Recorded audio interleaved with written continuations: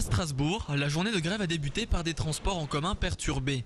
2 lignes de tramway étaient à l'arrêt, un service minimum était assuré sur les autres. À la SNCF, un TGV sur 3 partait vers Paris, 1 sur 5 seulement vers les autres villes de province. Dans l'éducation nationale, un enseignant sur 3 se déclarait gréviste. Sur le banc des usagers, peu de plaintes, 6 personnes sur 10 sont favorables à la grève.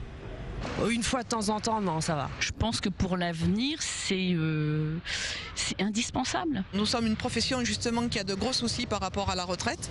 Donc oui, nous sommes de tout cœur avec eux. Depuis l'âge de 6 ans, on m'a dit que je n'aurais pas de la retraite. Donc je vais travailler longtemps. C'est vrai que nous, surtout les jeunes, maintenant, on ne sait pas ce qui nous attend plus tard.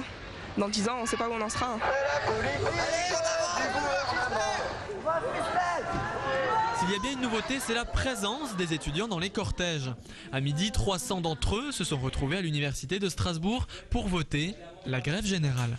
C'est pour Bac plus 3, Bac plus 5, Bac plus 8. À quel âge vous voulez votre retraite? À quel âge vous aurez votre premier emploi? Il n'y a pas d'opposition entre ces deux discours.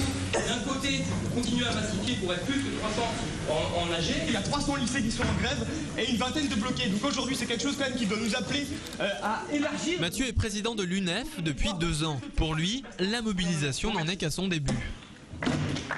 Le mouvement aujourd'hui, il se massifie clairement. Il y a de plus en plus d'étudiants et de jeunes de manière générale qui rejoignent les cortèges et il y a toujours autant de salariés qui sont mobilisés. La grève pour un étudiant, c'est plus une grève active à mon sens et au sens de l'UNEF, une grève qui permet d'étendre la mobilisation dans les secteurs universitaires où c'est pas encore le cas.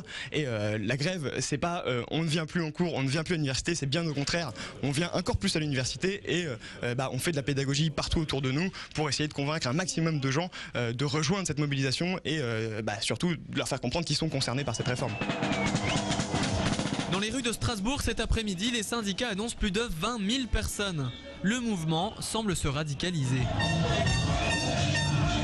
Quelque part, les étudiants, ils ont bien compris que leur avenir était en jeu et que le gouvernement est en train de leur supprimer leur avenir et donc ils nous rejoignent et c'est une bonne nouvelle.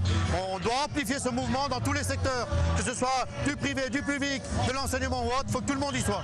On va estimer qu'aujourd'hui, ce n'est pas le barreau d'honneur, au contraire, on estimera aujourd'hui que c'est vraiment le départ de ce qu'on peut appeler le début d'une grande lutte. Les décisions quant à la reconduction de la grève seront annoncées mercredi matin. Plusieurs syndicats se déclarent déjà favorables à la poursuite du mouvement.